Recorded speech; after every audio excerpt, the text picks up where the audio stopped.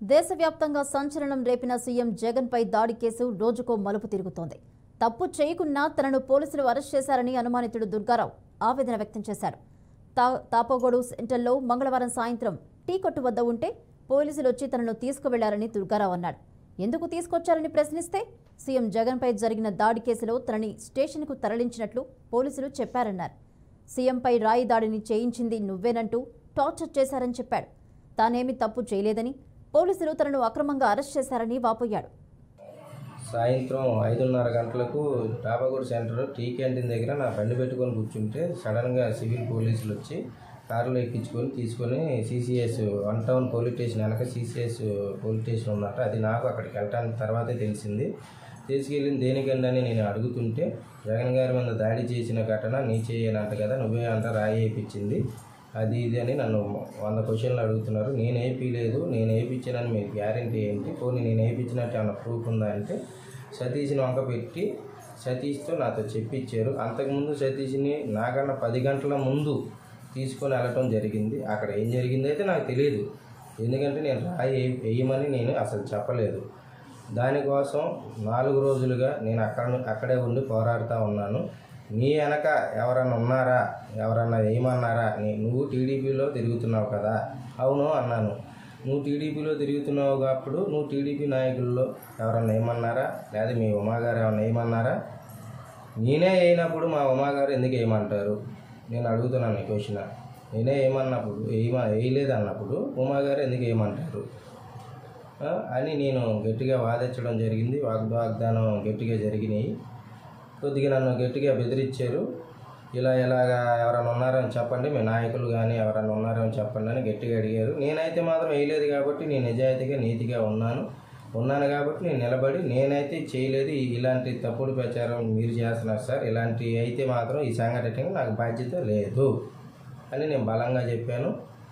బలంగా చెప్పడం వల్ల వాళ్ళంతటికి వాళ్ళు అన్నీ ఎంక్వైరీ చేసుకొని నా కాల్ లిస్ట్ తీసుకొని అంతా చూసుకున్న తర్వాతే ఇతనికి ఏ తప్పు తెలియదు, ఇతను నిర్దోషి అని నన్ను స్టేషన్ దగ్గర, అక్కడ సిసివి పోలీస్ స్టేషన్ దగ్గర నుంచి సింగినగర్ పోలీసుల దగ్గర అప్పచెప్పడం జరిగింది. సింగినగర్ పోలీసులు మా ఇంటికి వచ్చి మా అమ్మగారితో మా ఆవిడతో సంతకాలు తీసుకొని ఫామ్ 60 నోటీస్ మీద కూడా సంతకాలు పెట్టించుకొని రేపు ఫర్దర్గా మీరు స్టేషన్కి ఏమైనా రావాల్సి వస్తే మాకు సహకరించగలరు అని అడిగారు. నేను కూడా వస్తానని చెప్పాను.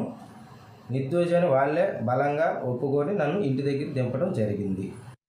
దేశవ్యాప్తంగా సంచలనం రేపిన సీఎం జగన్ పై దాడి కేసు రోజుకో మలుపు తిరుగుతోంది. తప్పు చేయకున్నా తనను పోలీసులు అరెస్ట్ చేశారని దుర్గారావు వాపోయాడు. ఈ నేపథ్యంలో తన ఆవేదనైతే వ్యక్తం చేశాడు. తాపుగోడు సెంటర్లో మంగళవారం సాయంత్రం టీ కొట్టు వద్ద ఉంటే పోలీసులు తీసుకువెళ్లారని చెప్పాడు దుర్గారావు. అయితే దుర్గారావు తప్పేం లేదంటూ పోలీసులు విడుదల చేసినట్లయితే తెలుస్తోంది. ఇదే అంశానికి సంబంధించి మరిన్ని అప్డేట్స్ మా ప్రతినిధి శ్రీనివాస్ అందిస్తారు.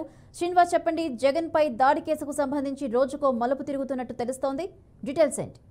శ్రీనగర్ లో జగన్మోహన్ రెడ్డి జరిగిన దాడి కేసు ఏదైతే ఉందో దానికి క్లారిటీ వచ్చినట్టు తెలుస్తుంది భవాని. ఇప్పటికే రిమాండ్ ఉన్నటువంటి, అంటే నిందితుడిగా పేర్కొన్నటువంటి సతీష్ ని రిమాండ్ తరలించడం జరిగింది. మరో పక్క నుంచి అనుమానితుడిగా తీసుకెళ్లినటువంటి దుర్గారావుని కూడా పోలీసులు గత రాత్రి విడుదల చేసినట్టు కూడా తెలుస్తుంది. అంటే గత రాత్రి విడుదల అయిన తర్వాత దుర్గారావు తనకు వీడియో విడుదల చేయడం జరిగింది. కేసులో తనకు ఎలాంటి పాత్ర లేదని, అంతేకాదు తనను ఎంత బెదిరించినప్పుడు కూడా ఏదైనా పొలిటికల్, అంటే రాష్ట్రంలో జరిగినటువంటి ఏదైతే పొలిటికల్ హీట్ ఉందో దాంతో ప్రతిపక్ష పార్టీలన్నీ కూడా మాకు సంబంధం లేదు అంటే కనుక అధికార పక్షంలో ఉన్నటువంటి నేతలు ఇది ఉద్దేశపూర్వకంగా జగన్ మీద జరిగిన దాడి కుట్ర అని చెప్పని కూడా చెప్పిన నేపథ్యంలో కూడా ఆ నేపథ్యంలోనే పోలీసులు ఈ కేసును విచారణ చేపట్టినట్టు తెలుస్తుంది. అయితే విచారణలో భాగంగా ఈ కేసులో, అంటే వాళ్ళు ఏదైతే బయట ఆరోపణలు వినిపిస్తున్నాయో, ప్రతిపక్షాలు చేస్తున్న ఆరోపణలు, అధికార పక్షాలు చేస్తున్న ఆరోపణలు పోలీసులు సీరియస్ గా తీసుకుని ఆ కోణంలోనే విచారణ చేసినట్టు తెలుస్తుంది. అయితే విచారణలో భాగంగా కొన్ని వాస్తవాలు అయితే తెలుసుకోవడం జరిగింది. వాళ్ళు విచారణలో ఏదైతే ఈ దుర్గారావు ఉన్నారో దుర్గారావు పాత్ర లేదని తెలుస్తుంది. మరో పక్క నుంచి సతీష్ కి సంబంధించినటువంటి రిమాండ్ రిపోర్ట్ లో కూడా సతీష్ టార్గెట్ కూడా పోలీసులు పేర్కొనడం జరిగింది.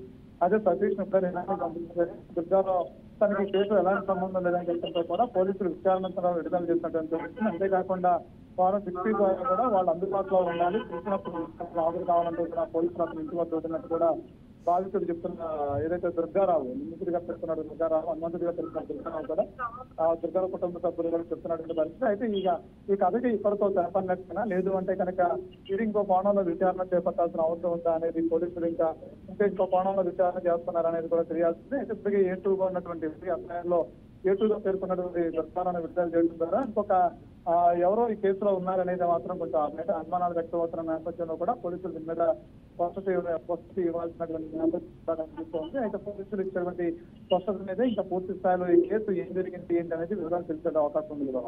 Right, thank you Srinivas.